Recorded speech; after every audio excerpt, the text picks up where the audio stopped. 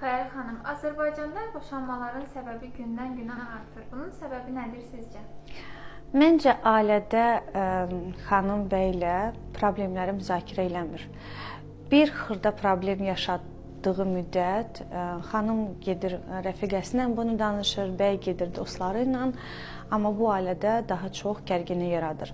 Əgər bəy və xanım xırda bir problemləri doğrudan da müzakirə eləyib ortaq bir məxrəcə gəlsələr, inanın ki, o ailədə bir dənə qarmoniya yaranar.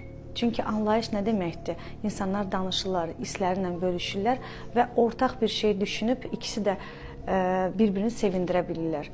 Əgər hətta görüşdüyünüz xanım ya bəy bu gün hələ ailə deyilsiniz, sizlə problemi müzakirə eləmirsə, qaçırsa, o insandan biraz uzaq durun. Çünki o getdikcə sizə ailə həyatında problem yaradacaq.